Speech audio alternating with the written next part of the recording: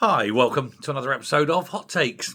Having already done a video this morning about one of the Shipman sisters when she trod the boards at the Glasgow Comedy Festival, I think it's only fair we do a quick one on the other Shipman sister, Jean Freeman. Freeman has been speaking in an interview on the 5th anniversary of the lockdown. And she's been basically holding court and pretending that she was great and doing all the wonderful things and that the things she was pushing were absolutely necessary. And some of the things she said, though, do need, perhaps, in her words, to be revisited.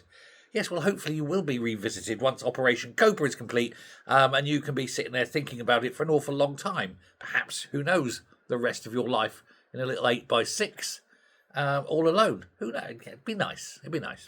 But the former Scottish Health Secretary, who oversaw some of the worst decisions ever made by any department of any standing in this country ever, a woman whose own department said that one of the, quote, treatments for COVID was an end-of-life protocol where they fill you full of antidepressants, they fill you full of sedatives, then they give you things that will help slow your breathing to the point where you actually stop breathing.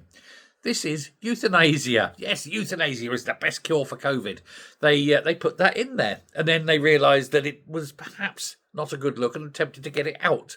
Unfortunately for them, the Wayback Machine had already logged it, and so you can go and have a look on the Wayback Machine and say, oh, look, there it is. The Scottish Government, under Jean Freeman, who signed this off, said that euthanizing people is the best way forward.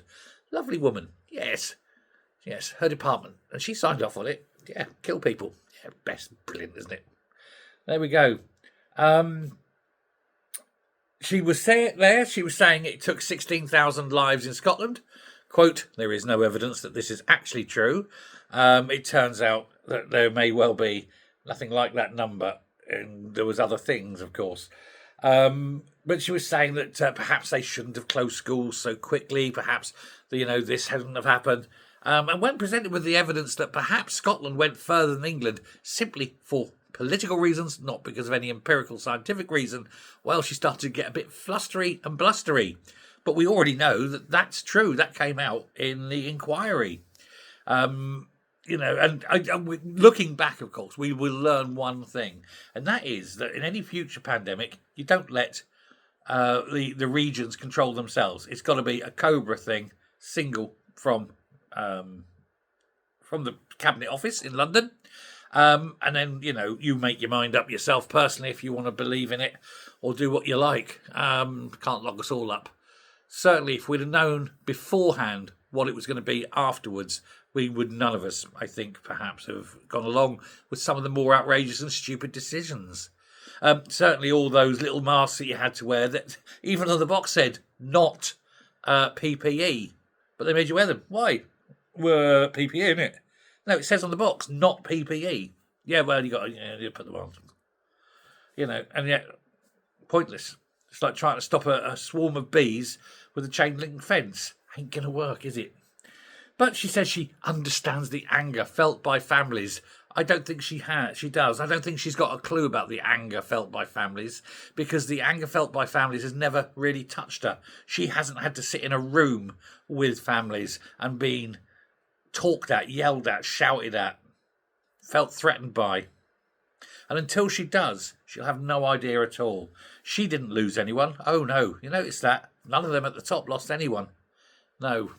And then, of course, they had the things, hit by bus, death by COVID. True story. And things like that. So it was all bullshit. It was all bollocks. It was all politics. And it was all designed to take freedoms away and restrict you down. And she is trying to not admit this. She was trying her best to spin it in every way. She made the best decisions based on the science available. We know, after the inquiry, we know that that's bollocks. And then she was asked about the missing WhatsApps. Well, I was following policy. No, you weren't. Again, we know that this is bollocks. And she said, oh, well, I think we need to reconsider perhaps some of the decisions made, but it's easy in hindsight. It's also easy beforehand when you know the truth and when you decide at the beginning that you will listen to exactly what's going on and won't just invent shit for political manoeuvring, which is what happened. And Cranky couldn't do it. Oh, should we all agree that we say this at 5? Oh, yes, everyone on the table. Yes, yes, yes. Cranky was running out there to make sure she was the first one. And when they said, we do a 2-week lockdown, Cranky was going, we'll do a 5-week lockdown. Because Cranky had to be there. And she was signing off. Freeman was signing off on this. And they sat there in their little huddled masses taking the fucking piss, weren't they? Well, I never will forgive any of them. They all lied. Continually. People were dying and they were lying. And no matter what Freeman says, no one will ever forgive her for what she'd done. So yeah, when Operation Cobra comes to fruition, I do hope she's charged, and I do hope that if she does go to court, that she's found guilty.